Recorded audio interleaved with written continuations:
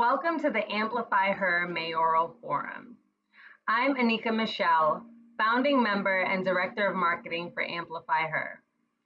Amplify Her is a New York City-wide organization created to directly address women's shocking underrepresentation in the city's elected offices.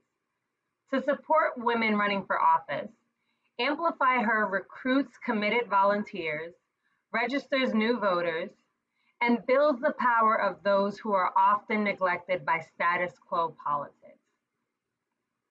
This is our first candidate forum for the 2021 cycle.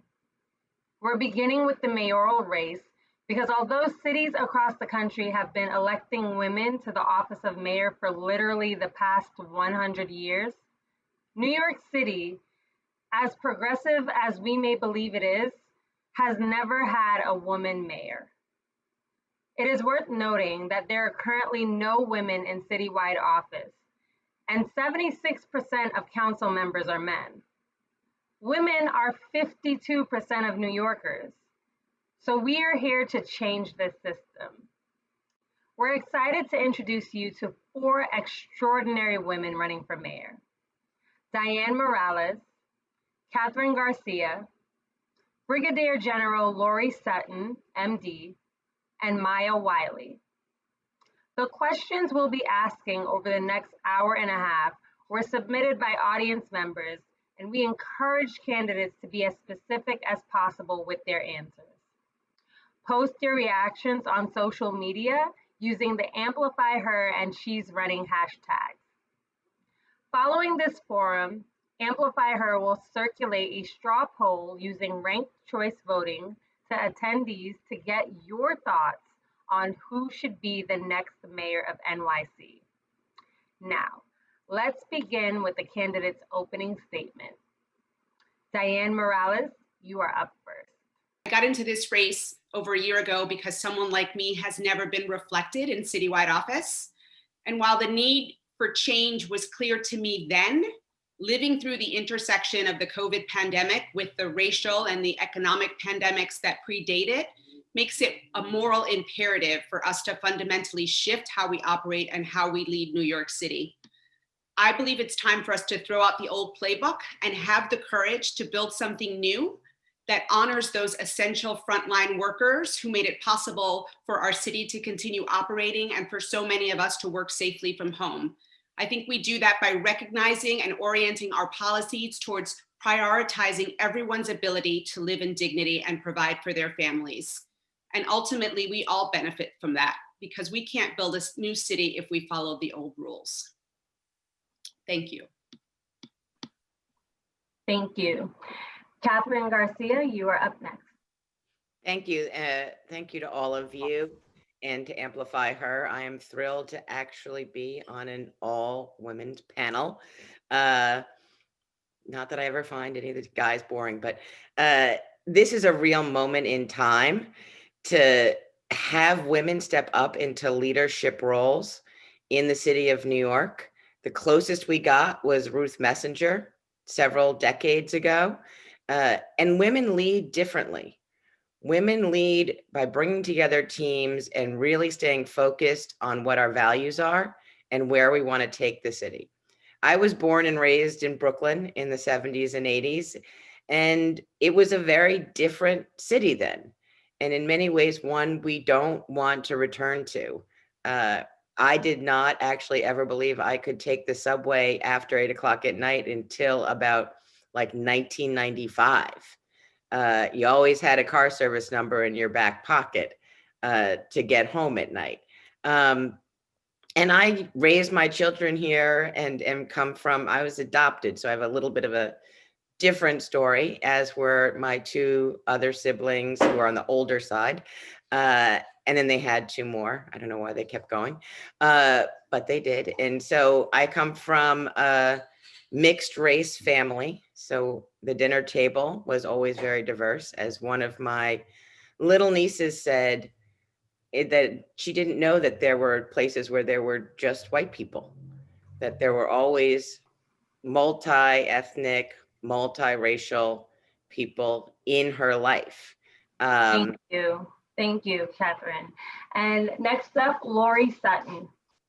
Hi there. Thank you so much. It truly is an honor to be here tonight at this historic forum. Thank you all for making it possible. You know, I have to tell you, as someone who successfully led for over 3 decades in the most diverse institution and most massive bureaucracy on earth, the United States military, I know that relationships are at the heart of the matter. And as a psychiatrist, I know that safety is at the heart of relationships. And so this is the lens through which I look at virtually every policy issue. It's about forming safe and productive partnerships. It's about reaching out and engaging with communities and understanding those inequities that all of us as elected leaders and concerned citizens have to address. And finally, I agree that as women, we do bring something different to this debate and to this critical time in our history. And I look forward to building forward with all of you. We can't build back, we're building forward to forge a city and future that works for all of us. Thank you. Thank you. And now Maya Wiley. I'm thrilled to be here too, and thrilled to be here with my sisters making history. But I will say I'm running for mayor because I know that we can and must be a city where we can all live with dignity. And when I was a little girl growing up in Washington, D.C., those early years, I did go to the neighborhood, Black segregated public school that was overcrowded and underfunded. And my best friend, Charlene, whose mother worked at the grocery store around the corner, was my best friend in the classroom in the streets. And one day she disappeared and I couldn't find her. And my mother had to explain to me that despite the fact that her mama worked long hours at that cashier's register, and I knew it because I saw her there all times a day and into the evening, that her mother could not afford the rent when it was raised. And that is the story that is still happening in our communities, and it is not dignity. And so I am running because I believe that we can develop without displacement, that we can put the public back in public safety, that we can be the people who recognize that literally it is about all of us. Thank you. Thank you, Maya. I'm Jenn Hoppe, founding member of Amplify Her, also communications director. Our first topic tonight is how you have supported women and how you align with the mission of Amplify Her. Please tell us, candidates, how you fought to advance women's equality. Please speak specifically as to how your work has been intersectional in nature and how you have centered women of color in your policies and practices. Lori Sutton, you're up first. Thank you so much, Jen. You know, here in the city, I had the privilege to stand up the first new city agency in the last 15 to 20 years, the Department of Veteran Services. And we very intentionally, very deliberately looked to create a diverse team of teams, to reach out and to hire the smartest women that we could find, and women of color and different religious backgrounds and different geographical backgrounds and different life experiences that they brought to our organization. I'm very proud. I'll never forget the time when the city's EEO office informed me, Commissioner Sutton, you have a distinct underrepresentation of white males. Yes, we did it, and we'll continue to do that as mayor. I know that we're all in this together, and you just have to look around at the leaders in this call to know just how much we can do working together. Thank you. Thank you. Diane Morales, you're next. Sure. I'll start off by saying that one of my favorite things that I live by is the idea of lift as you climb. As a woman of color, as a first generation woman, I have always been acutely aware of the opportunities that I've been given and worked really hard to pay those opportunities forward. So I've done this in several different ways. I've been the leader of nonprofit organizations my entire life. That workforce is primarily women and women of color. And I have focused on being able to provide not just pay equity, but flexibility in the workplace, accounting for people's lives outside and at home, heads of household in particular. I have focused on being able to provide opportunities for growth and professional development. The other thing I think is really important to point out is that in my work, the majority of people that I have served have actually been women, Black and brown women who live in New York City, who need access to opportunity so that they can improve their lives and they can better take care of their family. So I have created opportunities for education access and career access and made a difference in real people's lives in that way. Thank you, Diane. Maya Wiley, next. So I am proud that I co-founded the Center for Social Inclusion with another Black woman, Jocelyn Sargent, at a time when we were one of the few organizations willing to say our mission was dismantling structural racism.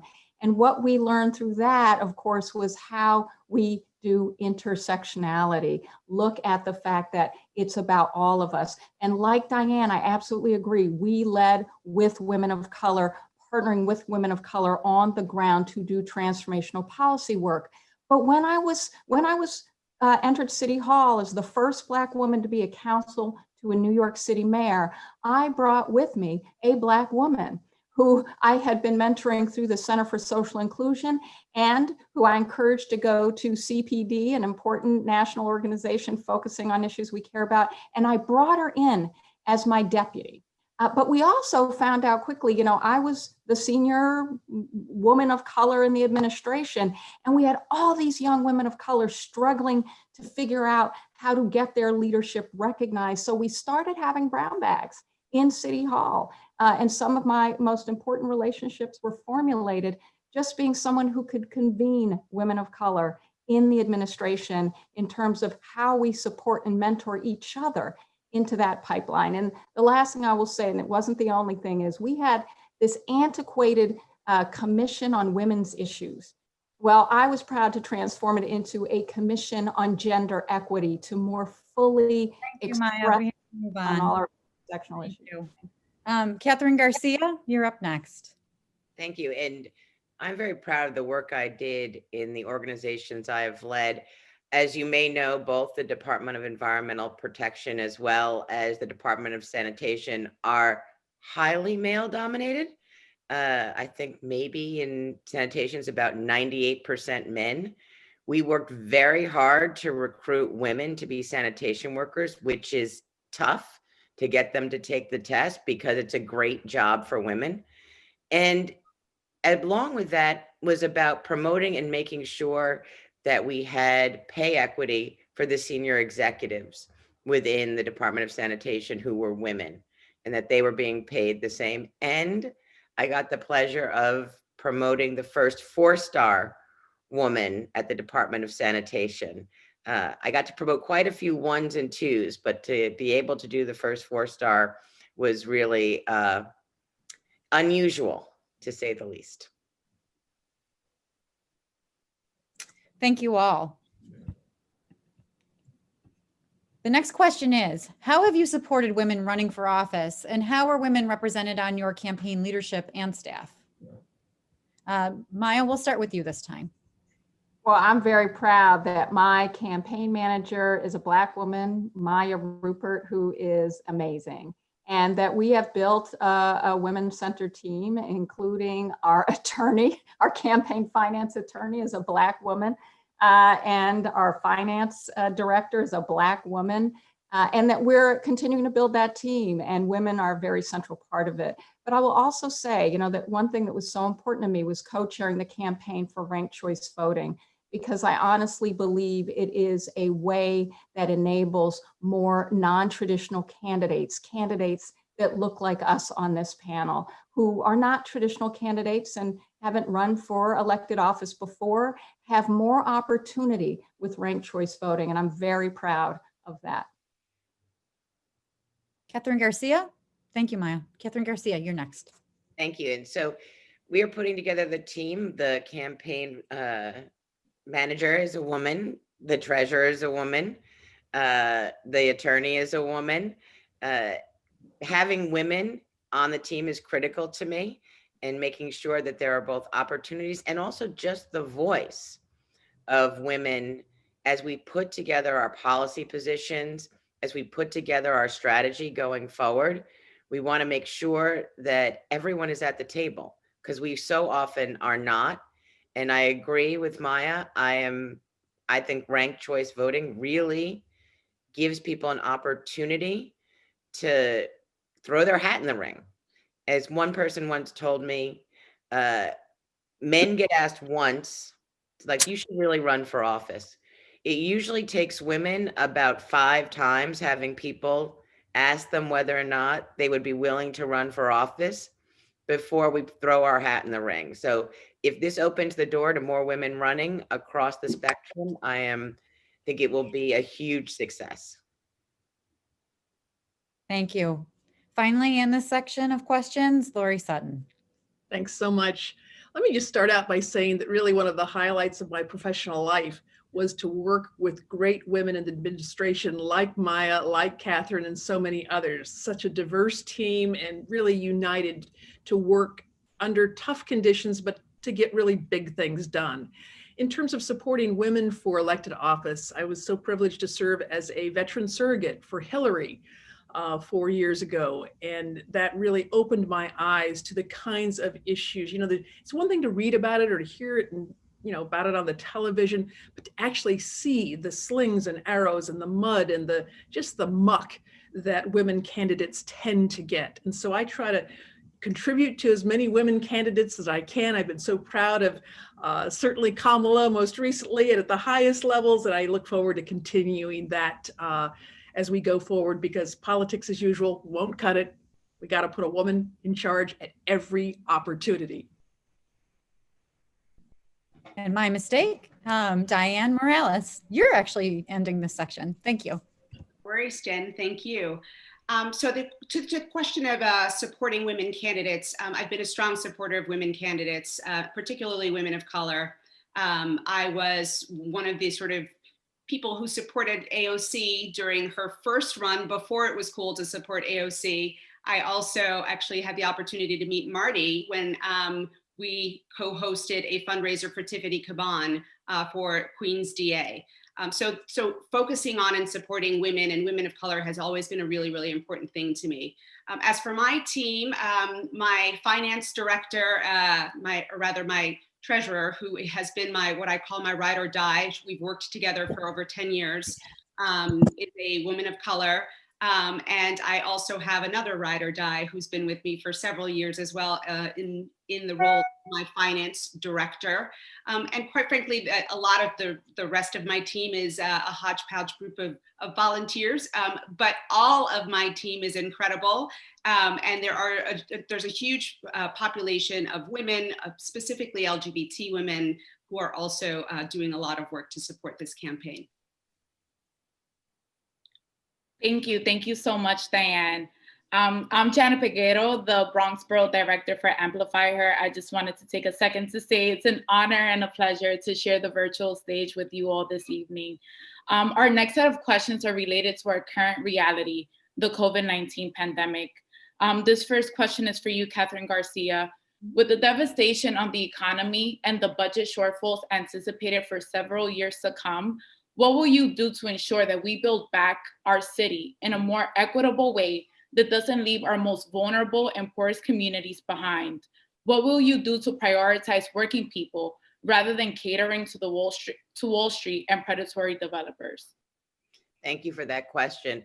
So today I was out with folks from the restaurant industry advocating for them to get the Restaurants Act at the federal level, but at the local level, to have the sales tax forgiven, to have the city get out of the way on permits and licenses, because we know that small businesses, and particularly businesses owned and operated by people of color in the neighborhoods that were most devastated by COVID, are absolutely key to rebuilding this economy and to bringing it back so that we have people who can also get jobs there. We know that the restaurant industry also employs an enormous number of undocumented people, and we need those folks to have employment.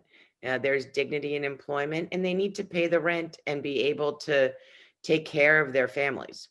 So a real focus on small businesses and supporting small businesses in those communities. Thank you. Thank you so much for that response. Diane Morales, the next question is for you.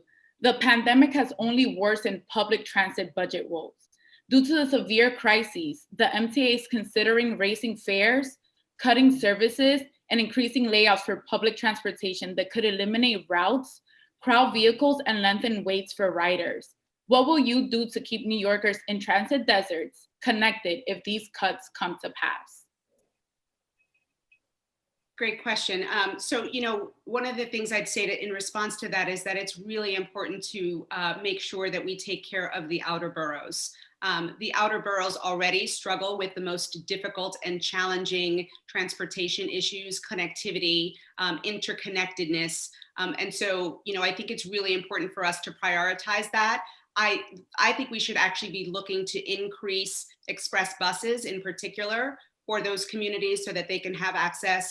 I've also talked about increasing bike lanes and that kind of thing so that folks have access to alternative routes of transportation. We need to prioritize actually our system. The idea of increasing fares, which impacts disproportionately those who are already struggling the most, is absolutely unacceptable. We cannot shift the burden of our economic crises onto the shoulders of those who already carry the brunt of the burden. Thank you so much for that response. The next question is for you, Maya Wiley. The vaccine we've been waiting for is finally here. The Pfizer vaccine was approved last Thursday, and Moderna vaccine is up for review this week. What steps should our city take to ensure equitable distribution of the COVID-19 vaccine? Well, we have to focus on communities of concern that were deeply impacted. So as we know, of course, essential workers have disproportionately been people of color, women of color in particular. And let me tell you about the women who are taking care, I know you all know this, who've been taking care of the kids of essential workers, disproportionately women of color. Nationally, 85% of those women didn't have health insurance while they were doing that. And I'll tell you another thing, that we had just one story, Priscilla Caro, Black woman in Elmhurst Hospital, essential worker, passing out PPE, not eligible for that PPE herself the month she was passing it out. And she is now deceased. And so it's not just saying essential worker, it's saying folks who are vulnerable, who were the first to take the hit of COVID, who have to be prioritized because they're also central to us coming back as a city. Thank you so much for your response. This question is for General Sutton. Why students are overrepresented in children returning for in-person instruction, while Black students are overrepresented in children learning remotely? About 60,000 students learning remotely still lack devices to tune into school. How will you make remote learning more equitable? As mayor, how will you support the remote learners that are getting left behind? Thanks so much for that question. This is an area that every one of us needs to be concerned with. First of all, the data showed and still shows that schools are safe. There will always need to be some teachers who teach remotely, some kids who learn remotely. But this inequity and this racial divide, I think it is something that we cannot allow to continue. We must get the devices and the wireless connectivity and the broadband and the safe learning spaces. We must make them available to all children. But you know, in many cases, we're going to need to be able to engage with the parents so that they can have a positive, trusting relationship with the city, with City Hall, and understand that this is nothing less than investing in the future, the treasure of our city, which is our young people. And we, you know, so far, I would say that there's a lot of improvement to be made here to make sure that no kids get left behind. Thank you. Thank you so much. And the last question is my final question is for all the candidates. The pandemic has thrown New Yorkers' lives into a disarray, and our elected officials at every level of government have not done a great job of rising to the occasion. More than 24,000 of our neighbors have died, and hospitalizations are on the rise once more. What experiences in your career have prepared you to lead NYC through a crisis? Diane Morales, you're up first. Thank you. So I would say a lot of different experiences. On the personal front, finding myself as a single mother while pregnant with my second child, no money, no roof over my head, and having to figure out how to make it work while I was also a full-time doctoral student. That was a crisis. That was one that I managed in my personal life, but I'm thriving today as a result of that. On the other hand, professionally, I've run organizations that handled crises all the time. As the executive director of The Door, the population that we were serving were in crisis. They had been failed by multiple systems. They were homeless. They were gang involved. We created programs not only to intervene in the moment, but also to provide alternatives for those young people and move them into a positive direction in their lives. In my most recent job, we dealt with the homeless population, providing, supportive services, getting people in off the street, helping them to find careers. There are so many communities in crises, and it's been so much the focus of my work all throughout my career, in addition to my personal life. Thank you. Thank you so much. Lori Sutton, you're up next. Thanks so much, Janet. As a psychiatrist and a senior leader in the military, my entire career, over 3 decades, has been spent immersed in trauma, immersed in the factors that can create and build and sustain resilience. And a couple of things stand out. I was I was the division psychiatrist for 1st Armored Division in the First Gulf War, 25,000 troops. I was responsible for their well-being, working with the leaders, again, partnerships, safety, and relationships. And at the end of my career, when the brain injuries were overwhelming us, I was put in charge of developing the Defense Centers of Excellence for Psychological Health and Traumatic Brain Injury. And that achievement lives on today and is a national and global model that is visited from around the country and around the world, looking to the role for integrative treatment, research, and care. I'm very proud of all of those experiences. Thank you. Thank you so much. Maya Wiley. That was good.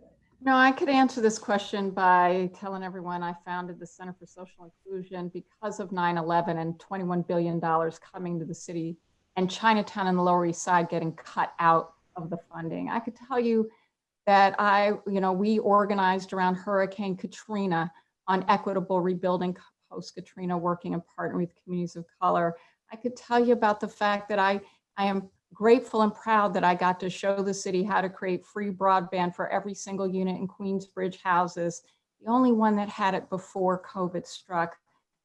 But the truth is, I feel that what prepared me the most was the most horrible thing that ever happened to me, which was watching my father drown and my brother and I having to look each other in the eyes and figure out how we were not only going to survive our father's death, but how we were going to get home safely, because we were alone on a boat.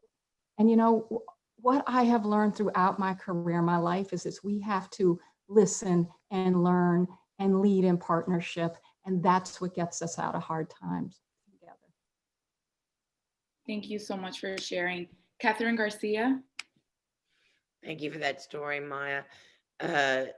So my entire career has been often about facing crises and being able to meet the moment, whether or not that was being the incident commander during Hurricane Sandy at the Department of Environmental Protection, when many of our treatment plants went offline, or whether or not it was during blizzards at sanitation, or during COVID, when I was asked to set up a food distribution system and ended up delivering over 130 million meals to New Yorkers over the space of just a few months. I have broad experience in coming to grips with a crisis and being able to mobilize huge teams of disparate folks to really meet the needs of New Yorkers, but also still having an understanding, as we saw with how school rolled out, being able to come from it from the place of how would I feel if I was the parent? How would I feel if if my kid didn't know whether or not they were going to be in school or not be in school. But I understand how to put together the mechanisms that make government work for the people of the city of New York. Thank you. I'm Samantha Lee, a Brooklyn Borough Director with Amplify Her. I will be asking some questions related to criminal justice. Diane Morales, the first question's for you. Rikers is set to close in 2027, and while admissions are down, use of force, violent incidents, length of stay, and the percent of individuals with mental health diagnoses are all up. What specific policies will you implement and enforce to improve conditions for incarcerated New Yorkers prior to Rikers closure? Sure, thanks for the question. I think, I've been a strong proponent of ending cash bail. I think that's a huge issue here in New York City. The confluence of and the criminalization of mental health issues with policing are highly problematic. I've already called for the defunding of the police and the creation of a community first responders department. I think most of the people, a large percentage of the people at Rikers are in fact struggling with mental health challenges or financial challenges. And so we need to address those issues first so that people are not in fact being pushed into the pipeline of the criminal legal system and in fact are getting the supports and the services that they need in advance. We also need to redefine public safety because policing is not public safety. And so providing communities with the programs and services that they need in advance on the front end as an intervention would go a long way to prevent the inequities and injustices at Rikers. Thank you. Catherine Garcia, the next question's for you. Police Commissioner Shea has lied and made misleading statements to the public. Former Commissioner James O'Neill promoted cops with detailed histories of misconduct to leadership positions. Neither faced consequences from the mayor. Is mayoral appointment and removal of this commissioner the best model, or should the city council play a role? And also, what will you do differently to hold your police commissioner accountable? So I have worked mainly within a uniformed paramilitary forces, which is similar to the PD. If you are the mayor, the police commissioner has to follow your orders. If they do not follow your orders, you have to have the guts to fire them. And if they are promoting people who are not great, shall we say, you have to undo those promotions, which you have the complete power to do as the mayor. But I do support mayoral control because I found when there is a collective that hires someone that they have less accountability. And so this mayor has chosen not to hold the current police commissioner accountable, but that should be on him. Thank you. Lori Sutton, the next question is for you. Reporting revealed that the NYPD withholds significant evidence and undermines investigations by the Civilian Complaint Review Board, the entity responsible for police oversight. The board has subpoena power and could sue, but never does. What is your vision for civilian oversight of the NYPD? How will you give the CCRB teeth to defend New Yorkers against misconduct?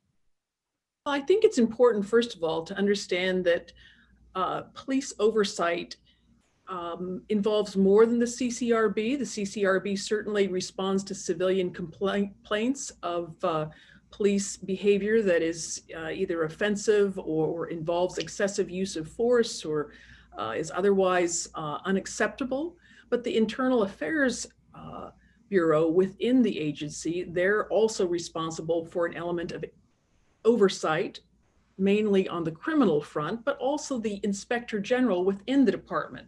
So I think that as mayor, it's important for us to ensure that all three of those elements of police accountability are in balance, and that the mayor has, in working with her commissioner, has a clear sense of what's going on and establishes a culture of competence and accountability and really responsibility to the public going both ways.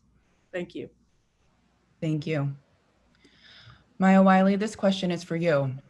Human Rights Watch released a report detailing that the NYPD deliberately assaulted peaceful protesters, medics, and legal observers this summer. They used a kettling tactic to trap protesters before curfew and then proceeded to beat them and arrest them. The commissioner said that this plan was, quote, executed nearly flawlessly. What will you do to protect New Yorkers' constitutional right to protest and to root out this abuse within the NYPD? Number one, fire Shay, because that was abhorrent. That is not policing. Secondly, First Amendment rights are fundamental rights. And what we have to do is put the public back in the policies and priorities of policing. So it is us. It is the people, starting with the mayor, who has to include the people in deciding what the rules of the road are. Kettling is never appropriate. And frankly, what it does and what it did, as we saw this summer, is it escalates the problems rather than de-escalates. And secondly, zero tolerance for any officer who takes a baton or pepper spray, as we saw images of officers pulling down people's masks and directly spraying them. We had video. There is no question that there should have been immediate disciplinary action. I mean, after the appropriate due process, but appropriate due process. But that is so clear. And what it just requires is strong leadership. Thank you. My last question is a question for all candidates. Do you support calls to reallocate funding from NYPD to affordable housing, mental health, and other services? What is your vision for public safety? We'll start with Lori Sutton. Thank you so much for that question. You know, I think public safety is way too important to be left solely on the shoulders of the police department. Under a Sutton administration as mayor, I would stand up a public safety coordination council, and I would bring in the other agencies that also contribute to public safety. I would take the police's the NYPD's ComStat data system and adapt it as appropriate throughout the other agencies, which would include agencies like not only NYPD, but FD and sanitation and correction and emergency management and parks and education. There's a whole bunch of agencies that contribute. And if they shared data systems as well as accountability and really looked for the patterns and diverted resources and brought in the public so advocates and communities could also contribute to this process, that would establish public safety as the shared responsibility it is. Thank you. Thank you. Catherine Garcia? Thank you. You know, I just want to be very honest about the fact that we are looking at a financial crisis and that all agencies are likely to lose some of their funding. That is just, I would hope that it wouldn't be true with Biden, but it's just likely to be true. We need to have police work with communities and also work with public health professionals. I have proposed that they get embedded when there are calls for people in mental health distress. And I've also seen it work well in dealing with the homeless when homeless services, sanitation, and PD work together. Working together across agencies makes a huge amount of sense. And Lori, we do have a DSNY stat and DP has an H2O stat. Metrics are really important. But I've also proposed that the recruitment age for PD should increase from 21 to 25 and that they need to be residents of New York City, not the suburbs, so that we can be one community working together for public safety. Thank you. Diane Morales?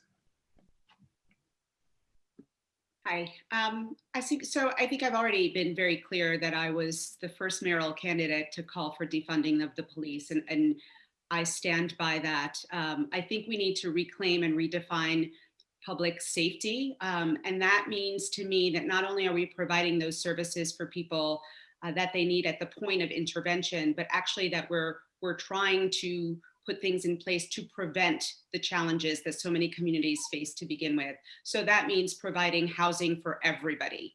That is a fundamental and human right. And no one can be safe and no one can be healthy if they don't first have a roof over their heads. So providing housing for everyone would be a critical priority, and then shifting resources from the NYPD in order to provide additional prevention supports and interventions would be a critical part of my administration. Thank you. And Maya Wiley, you're last. Now, I stood with the men of the Lucerne. I listened and learned from them. And what is so clear is that we have the opportunity to and use this crisis and use our right sizing the police department, pulling out from the police department what absolutely should not be policing, and making sure we're aligning our services, our support services, so that we have a housing first strategy for people like the men at the Lucerne. The second thing, though, is we cannot and should not look at policing in schools. Rather, that we should be looking at student support teams and supporting our students to be effective and to feel supported when they're having issues and problems. But finally, we have the opportunity to build this model that also enables communities to solve their problems. So we have proposed a participatory justice funds for communities that have high levels of gun violence so that they can solve their problems. Thank you. I'm Maria Kalfer, Treasurer for Amplify Her. The next set of questions deals with workers, jobs, and economic recovery. Lori Sutton, the pandemic is pushing women out of their old jobs and preventing many from seeking new ones. COVID-19 hit industries women dominate, restaurants, retail, healthcare, and local and state government hard, and has saddled working women with overwhelming caretaking responsibilities. What will you do to establish childcare as well as workplace protections for working mothers? Well, this is such a huge issue. And when you think of it through the lens of a working mom who is also dealing with the failed and botched school reopening, coupled with the health risk, coupled with the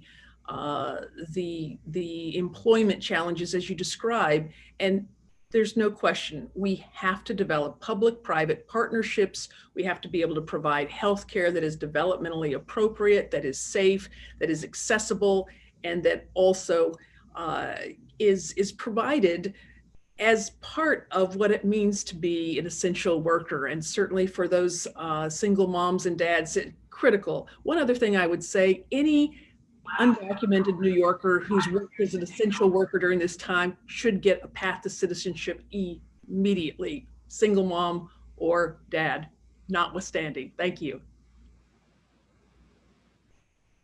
Thank you. Maya Wiley, in the last few weeks, reports have emerged of Chipotle workers fighting off rats on the job. The company allegedly failed to comply with paid sick leave laws and did not tell teams when a staff member tested positive for COVID. What will you do to address the poor working conditions that low-wage workers who skew Black, Brown, immigrant, and female experience, such as arbitrary firing, unstable schedules, and wage theft? Yeah, we don't have a city where we can all live in with dignity if we don't have justice at work. And there are organs of government that are specifically charged with enforcing these. And also we must build them up. Actually, that's one of the things that should not be cut is the enforcement power of city government with regard to workplace justice. And the others that we have to work hand in hand also with the state, which also has some power and authority, to make sure that they know who the bad actors are that the city is going after. But I also want to say that we have the opportunity to take and align our workforce development dollars more effectively targeting to ensure that folks who are in low-income jobs have job ladders and targeting those folks who are most exploited at work, including building up and supporting CUNY because it is a critical city asset and opportunity builder for those same workers. Diane Morales, small businesses are losing revenue and falling way behind on rent due to the pandemic. And unfortunately, federal aid helped corporations more than anyone else. What policies will you implement to support existing small businesses and encourage new ones to come or return to the city? Sure. So I've talked about this a couple of times. I think, the traditional model of economic recovery in New York City and in this country is one that prioritizes and emphasizes large corporations and organizations as our savior. I think that, one of the things we need to recognize is that 50% of the New York City workforce is actually employed by small and mid-sized businesses. And so there is every reason for us to say that we're going to prioritize with the recovery of our small and mid-sized businesses by providing them with the tax incentives, the tax breaks, the subsidies, the low or no interest loans, so that they can come back first. Because we know that if we put 50% of our workforce back to work, they in turn are going to be able to reinvest in the economy, and we can recover that way. The idea and the notion of first having to prioritize these big corporations and businesses is fundamentally flawed and fails to center our communities and our workers in the way that we need to. Thank you. Catherine Garcia, undocumented immigrants who may have jobs as domestic workers, street vendors, or delivery workers are struggling. They were not eligible for federal stimulus checks, and there is no economic relief on the horizon from the city or state. What is your plan to help undocumented New Yorkers succeed? So it's really two-part, and it is very challenging, the fact that undocumented workers were left out of support. There are ways for the city to provide cash support through trusted nonprofits as we go forward. This was done to a limited extent during the pandemic. It can be expanded, but the real fundamental piece of this is that we've got to get people back employed and be able to provide them with the jobs that they need to succeed. And so that is about reconnecting them into the workplace, supporting those small businesses as I was doing today, providing them with funding and with relief from bureaucracy going forward, because folks need to get back to work as we go forward. But I also would we need to help them organize. The way that most workers are protected is through unionization. And we should be supporting unions going out and doing the organization of gig workers and domestic workers and restaurant workers. Thank you. I'm Bianca Guerrero. I'm Policy Director for Amplify Her. The next set of questions is going to focus on education. Catherine, we're going to start with you. Catherine Garcia, teachers, are the majority of which are women, are either working from home or in schools with poor ventilation. Historically, they've worked in overcrowded classrooms and pay out of pocket for some supplies. Given that teachers' working conditions are students' learning conditions, what will you do as mayor to support, protect, and listen to those who are educating our next generation? That's a very personal question, because my sister is a 4th grade teacher, and her ventilation was fine as long as she kept the windows open. Then it got a little chilly in her classroom. They have to be protected. And luckily, there has been very little virus transmission in schools and with smaller children. But we know that teachers are doing unbelievable amounts of work, both in the classroom, but also through remote learning, really teaching themselves how to run Google Classroom in an effective way. We need to continue to provide them with what they need and ensure that every classroom is safe for children and for teachers to be in as we move forward. But I also think there is an opportunity in education and remote. We have some brilliant teachers in the city school system. We should be capturing those lessons so that we can use it. Like, even if it's just when you end up with a substitute teacher, that you would actually have something thoughtful rather than what I used to have, which was we didn't really do a lot when there was a sub. So I think we have a holistic approach to it. Thank you so much. Diane Morales, do you believe that mayoral control is the best governance model for running our public school system? What do you propose to ensure an equitable, democratic, anti-racist, and healing-centered school system? So that's a big question for a 1-minute response. You know, I've been organizing and you know, protesting side by side with a lot of folks who want to do away with mayoral control. And I'm supportive of that idea conceptually, except that I also know that the system before mayoral control also did not work for our communities. So I think there's something that we need to do differently that perhaps we haven't thought about yet, that is a hybrid of the two, that allows for communities to have a significant say in the education in their communities, while also holding the mayor accountable for what is being delivered. So that I'll say that. I mean, in terms of the justice and equity thing, you know, I am a 1000% a proponent of equity and justice in education. As the mother of 2 public school children, I lived the inequities. And so I know that there are things that we need to do dramatically different in order to address those challenges in the system. Thank you so much. Maya Wiley, you're up next. 5,100 New York police officers are assigned to schools, making it one of the largest police forces in the country. For a long time, advocates have been calling for police-free schools and reallocation of resources to mental health, social work, and other services for students. Do you support police-free schools, and what is your vision for school safety? Yeah, we have to have student support teams. We have to see every last one of our children as exceptional and as worthy and as kids who can excel, no matter what their struggles are. And what we have seen is that means we need counselors, guidance counselors, and support teams that include teachers and administrators to actually create a caring community for every child that needs it. And so that is a model that we are actually planning on proposing. I haven't done it publicly yet, but I have been saying this and talking a lot about this model. And by the way, I want to say school safety agents are women of color.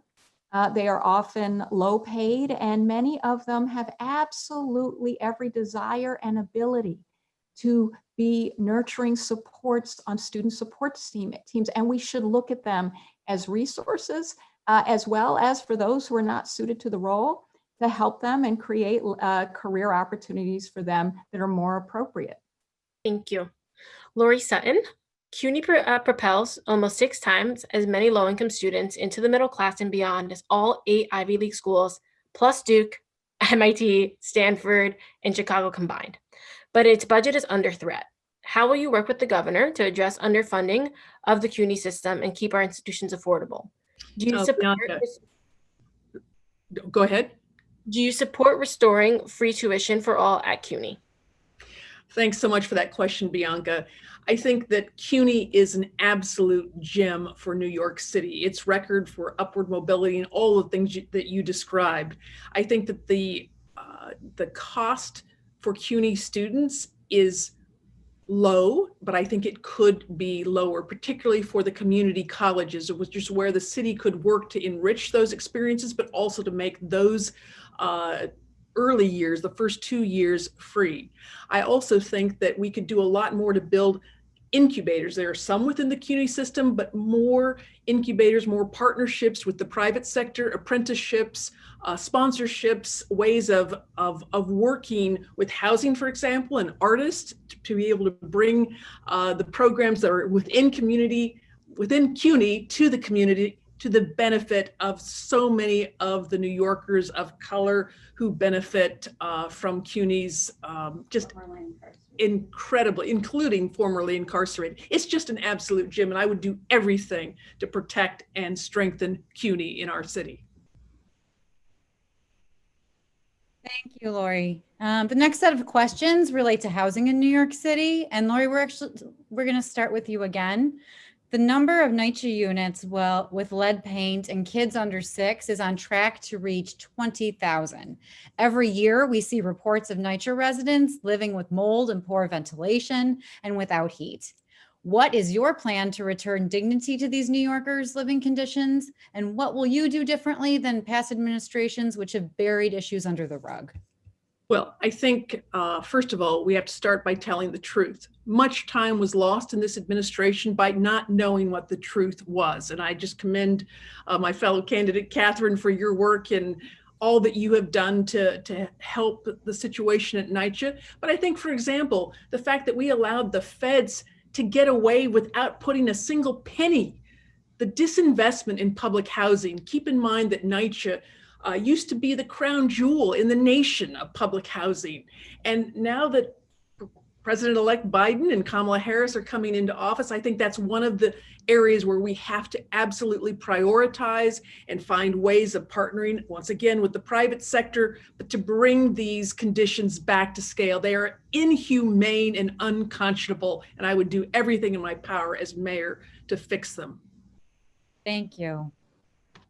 Diane Morales, strong rent stabilization laws and housing preservation will help tackle our housing crisis, but may not be enough to solve it. Does your approach to increasing affordable housing include additional density? How will you ensure white, wealthier, and transit-rich neighborhoods do their part to accommodate more affordable housing? Thanks, Jen. So again, I'm a strong proponent of housing for all, and I think that means that we need to reallocate all of our resources that are available in order to provide housing. To me, that includes the idea of examining the repurposing of all of the vacant commercial spaces that exist in the city right now so that we could use those for housing. It means taking a hard look at all of the vacant luxury real estate apartments that are available. It means exercising eminent domain potentially. It means taking over vacant lots that currently sit empty and blighted while the owners of those lots wait for the surrounding values of the property to go up so that they can then benefit and profit off the land. It means reclaiming that and creating community land trusts that can be driven by and led by the community in order to help address the affordable housing need and the economic needs of those communities so that we can build social housing, increase cooperative housing, and increase supportive housing as well. Those are all of the things that I think that we need to be doing and looking at differently. Thank you. Thank you. Catherine Garcia, rezonings have become increasingly transactional processes between the administration and an area's council member. Low-income communities of color often feel like they do not have a real voice in the process. How will you reform the city's land use and environmental review processes? How will you ensure that the city's land use needs are equitably planned and distributed? Yes, it's someone used the actual formal term ULURP the other day, and everyone was like, wait, what is that? But it's a really important piece of process that the city goes through. So first of all, we need to be able to build affordable housing much more quickly. It takes anywhere from 2 to 4 years for us to be able to build because of that process.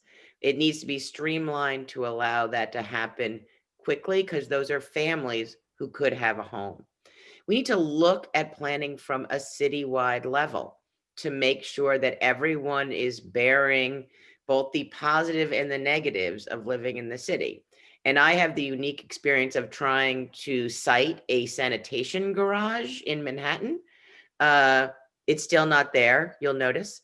And besides the time and money that was spent, you're putting services for all New Yorkers in jeopardy. So we have to be looking at this holistically, but for housing, it has to be fast-tracked in order for us to house families who are in homeless shelters right now. Thank you, Catherine. Maya Wiley, as of last week, there were 53,670 individuals in our shelter system. That number includes families with children and single adults. Given new economic constraints, what would you do differently than the current administration to address the homelessness problem in our city? I would be taking advantage right now of the fact that there is vacancy and utilizing the fact that we have 100 hotels that are shuttered and are not believed to be ones that will ever reopen, as well as properties that are in distress. Those are opportunities for permanent housing. I support a housing first strategy that ensures that we're also focused on those who are in a truly disgraceful and inhumane way, living on streets, and who need supportive services. We have resources for those. We have subsidy structure. The question is whether we're deploying it appropriately so that rather than spending $2 billion to keep folks in shelter, that we're increasing the subsidy structure as well as aligning the services so that we're actually able to spend less money in the long run with a housing first strategy that gives people a key to a door they can call their own in a community that's there. Thank you so much, Maya. The next set of questions are on transportation and climate change. And Maya, Wiley, you're up first. In just 30 years, intense heat may kill as many as 1,500 people each summer, and floods will overwhelm communities like Coney Island and Hunts Point. What resiliency policies will you put in place to prepare us for the reality and support frontline communities? So let's start with the fact that we have to be working and lobbying at the federal level for an infrastructure bill, but as a city where we're utilizing it for a Green New Deal.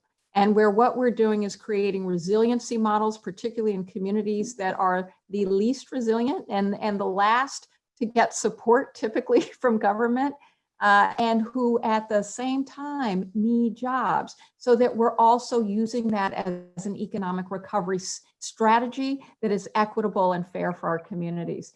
And I would also say that, we have the opportunity to actually work with our environmental justice community that has a number of ideas about how to do this. But in the meantime, we also have to make sure we have cooling centers, particularly in communities of color, that's life-threatening. Thank you so much, Maya. Lori Sutton, we know that almost 2/3 of NYC's greenhouse gas emissions come from residential buildings, offices, and other stationary structures. How will you drive these emissions down and make our city greener? What is your vision for a Green New Deal for NYC? Well, I think this really requires an all of city effort to be able to bring the design engineers, the climate specialists, the construction specialists, really the team of teams that's required to look at our professional buildings, our commercial, our residential. As you said, there's a tremendous both an opportunity as well as an imperative to bring down this footprint and to become the green city that we all know. New York City should be leading by example. And as mayor, I would certainly bring together the best expertise possible to take a holistic look at our city and all of the ways, not just with buildings, but all of the ways that we can become more green. Thank you. Thank you so much. The following question is for you, Catherine Garcia. There were over 100 pedestrians and cyclist deaths in 2018, 126 in 2019, and deaths are on track to be only slightly lower this year. Overall, traffic fatalities have increased this year. What policies will you implement to protect the safety of all street users, but particularly pedestrians and cyclists? Thank you for that question. Any life lost is heartbreaking. We need more protected bike lanes. We need to expand them across the city. And I think when people think about it, they think it's sort of like wealthy folks are on bikes. The folks in those bike lanes are often delivery drivers and make up an enormous proportion of those who are using bike lanes. We need to expand that network and do the sort of technical pieces that are important, like changing the lights, delaying the lights so that pedestrians and cyclists have priority over cars to prevent traffic fatalities. And we need to hold drivers accountable. I really supported Brad's legislation in terms of driver accountability after the terrible, terrible tragedy that happened on 9th Street in 5th Avenue, where we saw many deaths occur. So I am very supportive of expanding the infrastructure around protecting bicyclists as well as pedestrians and ensuring that no one ends up not going home at the end of the day. Thank you so much for that response. The final question is for you, Diane. A big part of NYC, a big part of making NYC a greener and healthier city is tackling how we use our streets and how many private vehicles are on our roads. What policies will you implement to discourage the use of personal cars and help freight move around the city in a more efficient way? Thanks for that question, Janet. So I'm a supporter of congestion pricing. I think we need to move away from every individual thinking that they have a right to have and own and drive a car throughout the city. I think that has to be coupled with expanding accessibility in terms of transportation. I'm a big believer in the express buses. I think the experiment on 14th Street, despite all of the resistance to it initially, really showed what could be possible if we reduce car traffic, personal car traffic, and actually created express bus routes so that people can get back and forth across the city much more easily. So, I think that that's part of what we need to be thinking about, and would be a big focus of what I would want to do in terms of bringing the city to life in a different kind of way and making it greener. Thank you. Thank you. Our next set of questions relates to public health. Lori Sutton, Black women are 8 times more likely to die in connection to childbirth than white women, and 70% of all women who died between 2011 and 2015 used Medicaid for health insurance. How do you plan on addressing the high Black maternal mortality and morbidity rates within New York City? Boy, that is a great question. Thank you so much. First of all, we have to improve and increase access to quality healthcare within the community so that a busy Black mom or a mom where, whatever her circumstance is, would be able to access quality healthcare. We also need to provide, in the case of pregnant moms, we need to provide that prenatal care. We need to be able to provide the postnatal care. We need to bring in the partner or the father, the extended family to become part of that solution. What we also need to do is we need to look at food. Food scarcity, food insecurity is so important, not just to the mom when she's pregnant, but to that developing fetus. And we know now through epigenetics that the impact on the developing organs when mom doesn't have the food and the clean surroundings and the safety that she needs, everyone pays a price, including the entire community. So we have to take a holistic effort that's focused on the mom and the baby and the families within the community. Thank you. Thank you. Diane Morales, earlier this year, the city cut a new home visiting program designed to assist new mothers at risk for postpartum depression and other mental health issues due to budget constraints.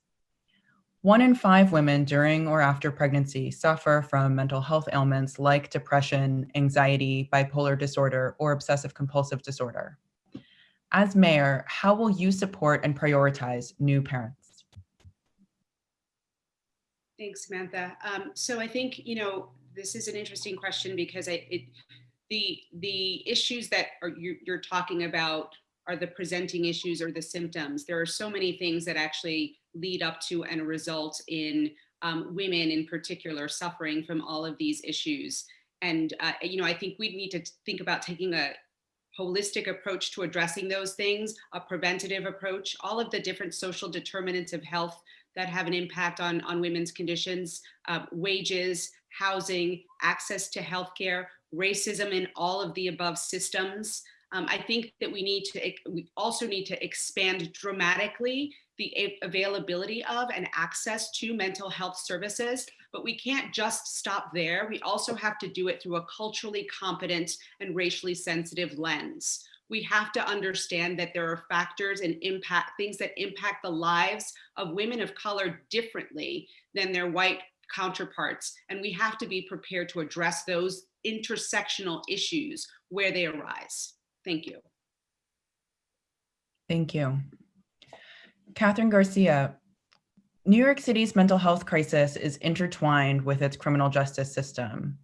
46% of individuals in custody have a mental health diagnosis. These numbers have steadily increased over the last 5 years.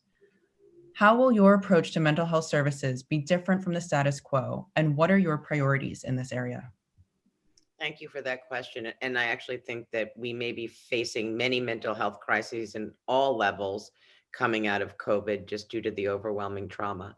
But I would focus first on trying to make sure that we are identifying children early on with learning disabilities and with mental health issues so that we are not ending up with a situation where that is borne out in the criminal justice system. This is also true with the teenagers. If we are getting to them in their schools and being able to address the mental health issues, then we don't have as many problems on Rikers Island. You're not creating a school to prison pipeline. You are diverting people out of that process. And we need to also use our diversion courts to keep people out of Rikers and get them into treatment if that is what they need, such as the Red Hook Community Court, which I think is a model that should be expanded citywide. Thank you. Maya Wiley, studies have shown that the Bronx ranked the worst for COVID-19 death rates and for respiratory hazards of all of the country's counties. Brooklyn, Manhattan, and Queens ranked second, third, and sixth. The health department noted that air quality contributes to more than 2,000 deaths and more than 6,000 emergency visits and hospitalizations annually. What is your plan for tackling air quality in New York City? Well, we have to start with solving our transit desert problem and ensuring that we're creating an effective public transportation system that is safe, that is affordable, and that it ensures that folks can get where they need to go, particularly folks in low-income communities who have been denied those investments for far too long. And we have to look at it as a public health strategy, as a climate sustainability strategy, as well as an economic development strategy. And that means looking at it, just as Diane said, so right, and in a way that understands it's structural, right? These things all knit together. There's a reason. But we also have to have fundamentally a fair share approach when we talk about the burdens of society, like where we locate bus transfer stations and other environmental insults, so that we aren't doing what we currently do, which is essentially dump in low-income communities of color and then say, what problem? And so we're going to change that when I'm there.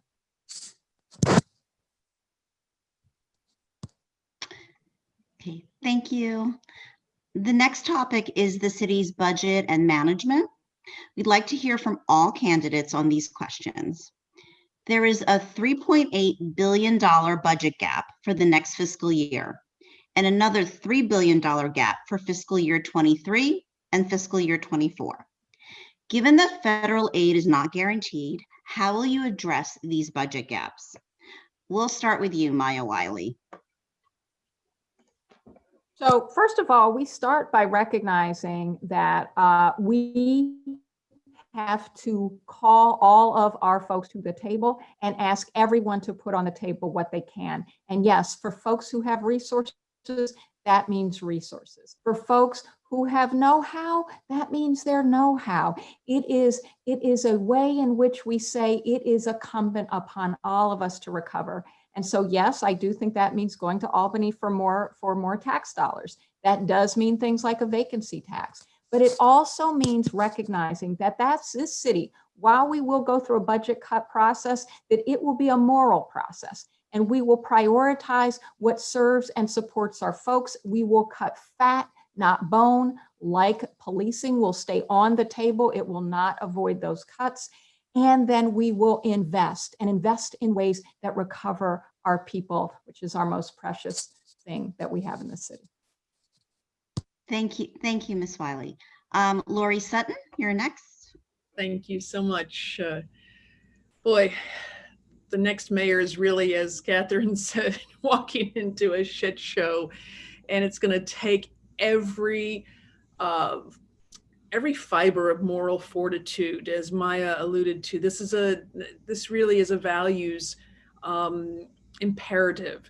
And I think what we have seen over these last several months in terms of the disproportionate impact for all of the reasons we've talked about this evening on, brown and Black communities and impoverished communities, and we have to ensure that in our budget process that we protect, that we prioritize, that we go from our tattered social contract that exposes the weaknesses in employment-based healthcare and really points us to a city covenant, a covenant that can not just say the word essential, but actually recognize through wages, through the social determinants of health, all of the things that make life here in New York City a city worth coming back to, a city worth staying in, a city worth building forward. And that's going to take all of us and some very, very difficult decisions. Thank you.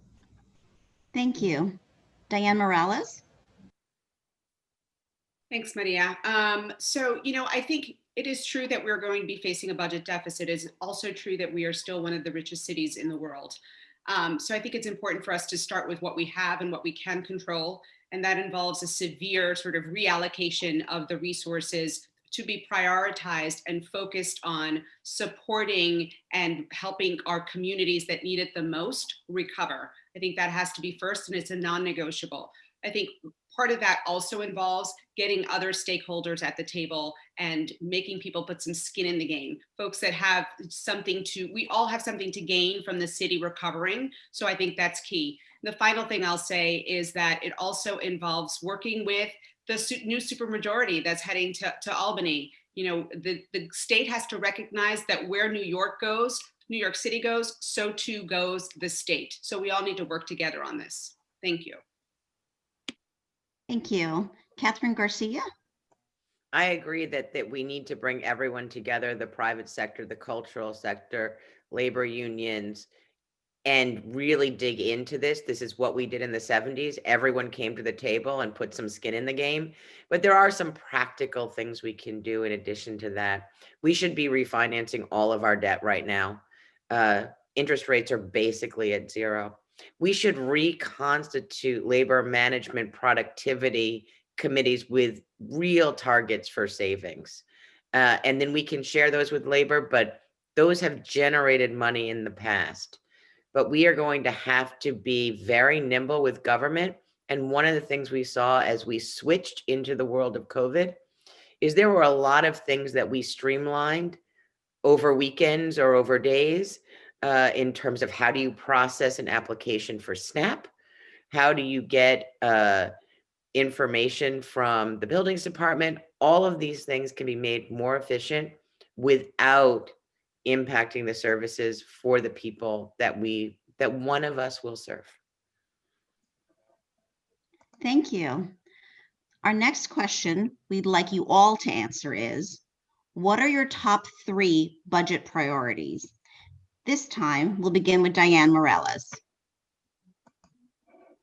Thanks. So I would say the top would be divesting from the police and reinvesting in communities in order to provide real services to provide safety to those communities. That's the first thing. The second thing I would say would be investing in housing so that everyone could have access to housing. And the third thing I would say would be investing in the recovery of our small and mid-sized businesses so that people can get back to work and in fact start to reinvest in the community and in the economy locally. Thank you. Thank you. Catherine Garcia? My top 3 priorities is funding programs that support economic mobility and economic growth. That's CUNY, that's our school system, that's small businesses. The second priority is ensuring that basic infrastructure is sound. It's our water supply system.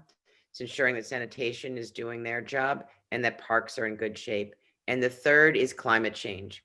We have to be making investments for the long term to protect the environment, both from an infrastructure point of view, as well as simple things like making sure that there's enough power for us to plug in electric cars.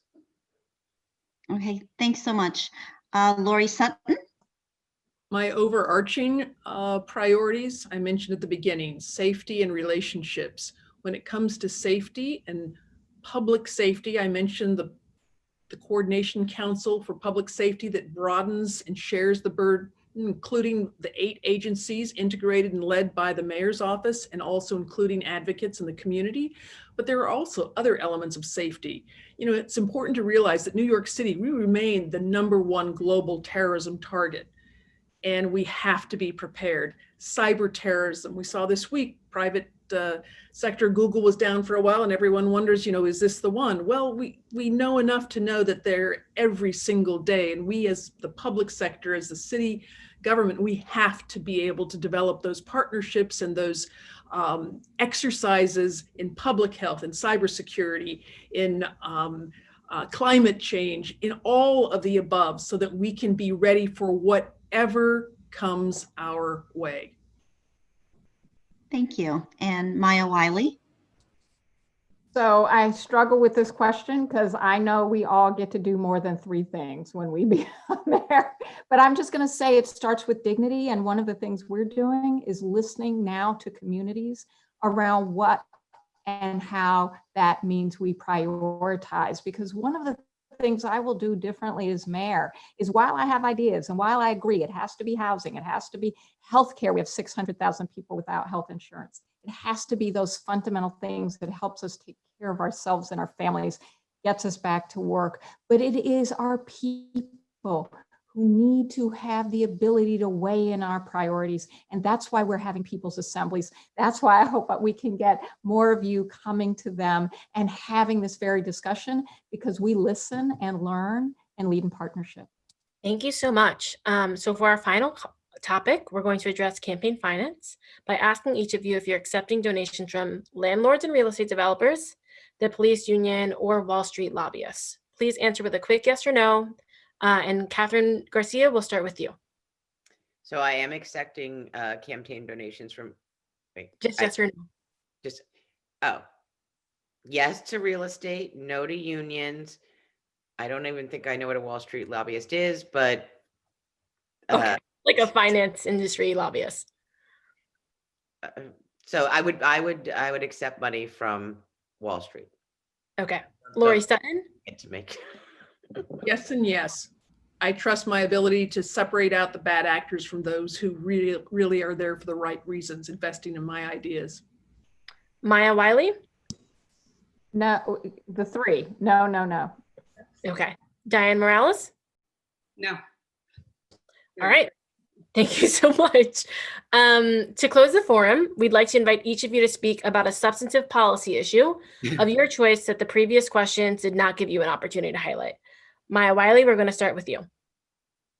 No, I did highlight it, but I'm going to go back to it. And that's people's assemblies. That's engaging us in a democratic practice, that because one of the things that we must do differently as a city is listen, is actually source the expertise, experience, the ideas and innovation that come out of our communities, particularly our communities that have done far too much, so much with far too little for far too long. So we invite you to our people's assemblies at mayawiley4mayor.com.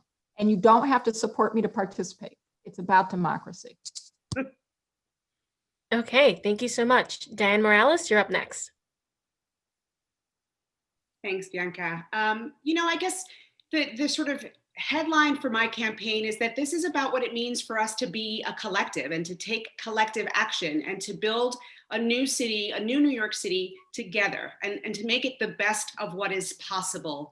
I think we're at a crossroads right now in terms of crises and opportunity, and we need to make a decision, and we need to make a commitment, and we need to sort of make a moral stand, take a moral stand about what we think is right for our city. And we have seen that all of the systems that have been laid bare over the last 10 months as a result of the COVID-19 pandemic, we need to make a commitment that we're not going back, that we're not tinkering around the edges. And that means that we're going to have to go at the root of the structural and systemic issues that made it possible for the very people who have kept this city operating and taken care of us through this pandemic to actually be the most vulnerable and the ones that have been impacted the most as a result of all of these inequities and injustices. And that's going to take some courage, because it's going to mean throwing out the old playbook and not resting back on what's familiar or what's comfortable,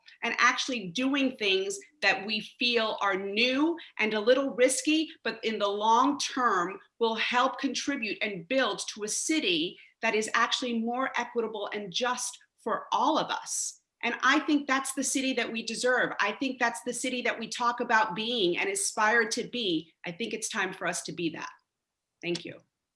Thank you. Oh, sorry about that. Lori Sutton, you're up next. Great.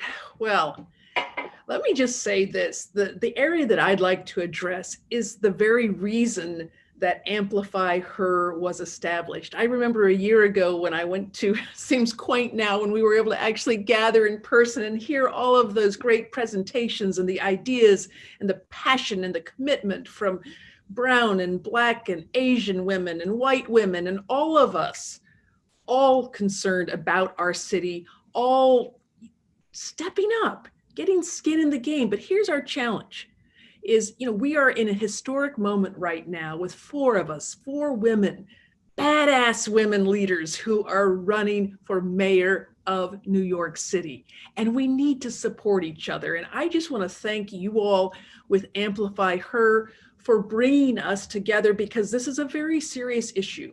We know, I mentioned earlier, what I witnessed at close hand with Hillary Clinton. We've seen some of the same in the most recent presidential election. And let's just commit to each other that we will talk about women as being strong. Today, I heard two separate comments that this was going to be a cat fight tonight. Come on, we're better than this. We're New York City, and we are the women and girls who will lead forward with men who love women and bring those qualities and characteristics of women-led and defined leadership together to lead forward. Thank you so much. Thank you. Catherine Garcia, you're going to close this out. Thank you. And I want to thank Amplify Her, and I want to thank all my panelists. I did not think it would be a cat fight ever, because I actually do know you, some of you pretty damn well. But we are all strong women who want to make sure that we are leading New York City into its next 400 years, into its next century, and taking everything that we have learned about what it means to overcome barriers and what it means to really take into account our community and think about all of the families that want to live here, that want to raise their children here, that want to be safe here, that want the storms to not end up here and are ready to take the jump on climate change. But at the end of the day, in my many decades as a New York City resident, I have never met anyone who didn't really just want to have their families be safe and well educated and have opportunity, whether or not they wanted to go into fashion or finance or I don't know what else, film. I'm just going to stay with F's. But that is really what New Yorkers want. And we need to make sure we are building that back, and that no matter your zip code, you can actually achieve that. The way that my parents were able to achieve that with 5 of us, that needs to be able to be achieved by anyone who is growing up in the city of New York. And then we can always make sure that we can be a little arrogant with the rest of the country about how fabulous we are.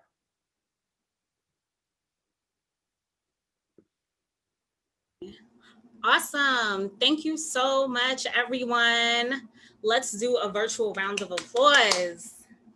So that wraps up our forum. Thank you, Diane Morales, Catherine Garcia, Lori Sutton, and Maya Wiley for sharing your vision for New York City. I'm Melinda Rasco, Brooklyn Borough Director for Amplify Her. I'd like to thank everyone who tuned in to our candidate forum. We hope you're not only inspired by these extraordinary women, but now turn that excitement into action. So with that, we ask that you do the following. 1, visit their campaign websites to learn more about these candidates and show your support by making a donation, or 2 or 3. As a New Yorker, your contribution will be matched 8 to 1. So $25 is increased to $225. That's a big difference. Even better, volunteer. Grassroots campaigns operate on people power, and all of these women can benefit from you sharing your time, your talent, and your energy with their campaigns. Most importantly, spread the word about the mayoral race and who you believe should be elected as the first woman mayor of New York City. We'll be posting a recording of this forum on our website and encourage you to share it with your friends, family, network, everyone. Amplify Her will be announcing our 2021 endorsement slate in the new year, so get excited, tune in. In the meantime, we'll be inviting you to share your thoughts on tonight's forum by participating in a ranked choice voting straw poll. To stay informed about Amplify Her events and announcements, please visit www.amplifyher.nyc. www.amplifyher.nyc to sign up for our mailing list and find us on social media by looking up Amplify Her NYC. We're on Facebook, Twitter, Instagram. We're very active on social media. And last but not least, our next candidate forum will be January 25th, where we'll be meeting the women running in the Manhattan District Attorney race. So get excited. Thank you so much for being here and have a great night.